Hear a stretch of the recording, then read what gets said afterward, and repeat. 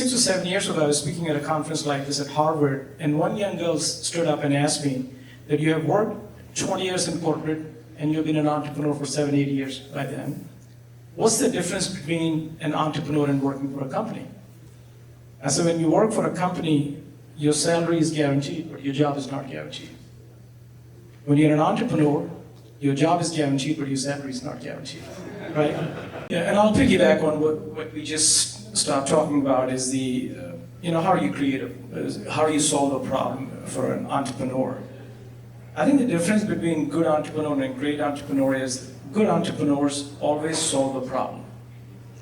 Great entrepreneurs create a problem that didn't exist and then solve them. So an amazing entrepreneur, a great entrepreneur is, if you want to be unique, think about from your ideation, what is the problem that didn't exist today?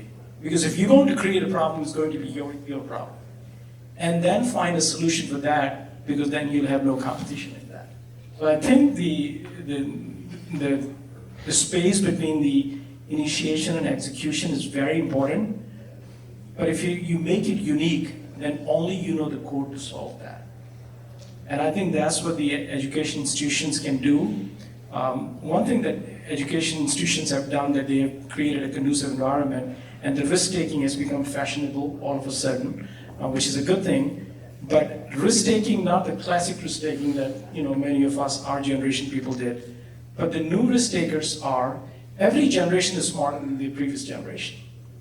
So I think for entrepreneurs is learn everything that you can from the institution, but strategy is very important. But Wells Fargo, former CEO John Stomp said, we can leave our strategy in a plane and not worry about it because no one can implement. The implementation is the key, how well you execute and implement that strategy. And I think a great entrepreneur would be someone who have a unique way of implementing that strategy.